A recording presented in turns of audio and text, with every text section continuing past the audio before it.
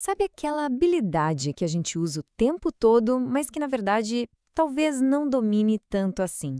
Pois é, a observação. A gente acha que está vendo tudo, mas e se o nosso cérebro estivesse, digamos, nos pregando algumas peças? Hoje, a gente vai desvendar a diferença entre um simples olhar e a observação científica, que é a base de toda a psicologia. Bom, vamos começar com uma situação que todo mundo já passou. Dê uma olhada aqui. A primeira impressão, quase que automática, é que essa pessoa está com raiva, não é? É uma conclusão que o nosso cérebro tira em uma fração de segundo. Mas é aí que a história fica interessante. E aqui vem a virada.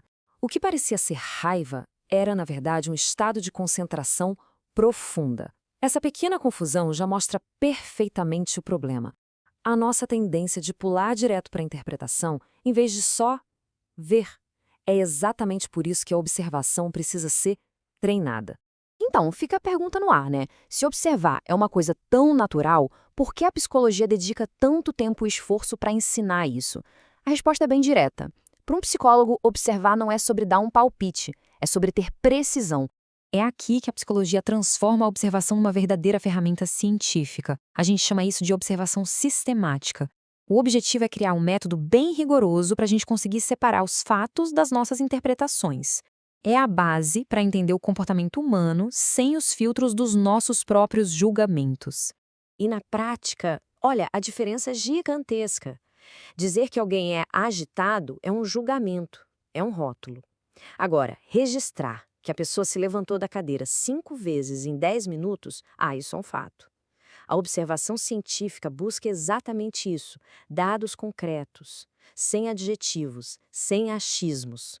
E o que se aprende nesse treinamento, então? Basicamente, é um treino para o cérebro.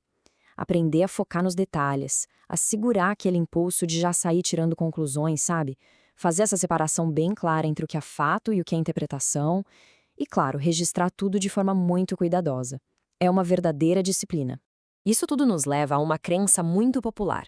A ideia de que algumas pessoas simplesmente nascem boas observadoras, como se fosse um dom. Mas a psicologia mostra que a história é bem diferente.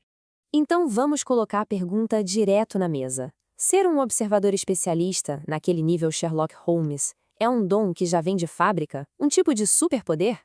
A resposta é um sonoro e enfático não. Essa ideia de que é um superpoder com o qual se nasce é um mito. A verdade é bem mais simples e, sinceramente, muito mais animadora para todo mundo que quer aprender. A observação é uma competência que se desenvolve. Pense em aprender a jogar futebol. Primeiro, se aprende as regras. Ou então, andar de bicicleta. No começo é difícil, a gente cai, mas com a prática, o equilíbrio se torna automático. A observação funciona do mesmo jeitinho. É uma habilidade que melhora com treino, com método e com feedback constante.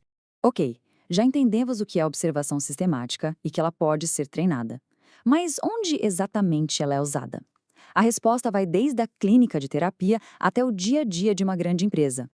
E o motivo disso é brilhantemente resumido nesta frase. As palavras são super importantes, claro, mas o comportamento, aquilo que as pessoas fazem, muitas vezes revela uma camada de informação que a fala sozinha não consegue expressar. A observação dá acesso a esses dados. E a versatilidade dessa ferramenta é imensa. Na clínica, ela ajuda a entender o paciente para além do que ele fala. Na escola, ajuda a identificar dificuldades de aprendizagem. No trabalho, serve para avaliar a dinâmica de uma equipe. E na pesquisa, bom, na pesquisa ela é simplesmente a base para coletar dados. Ela está em toda parte. Chegando aqui ao final da nossa análise, fica claro que o objetivo de todo esse treinamento não é só aprender uma técnica, é mais profundo. É sobre adotar uma nova mentalidade, uma nova forma de enxergar o mundo e as pessoas à nossa volta. E a melhor metáfora para essa mentalidade é a de se tornar um super detetive do comportamento humano. Um profissional que não julga, não inventa, mas que registra o que realmente aconteceu para conseguir montar o quebra-cabeça do comportamento. É sobre ter curiosidade, precisão e, acima de tudo, compreensão.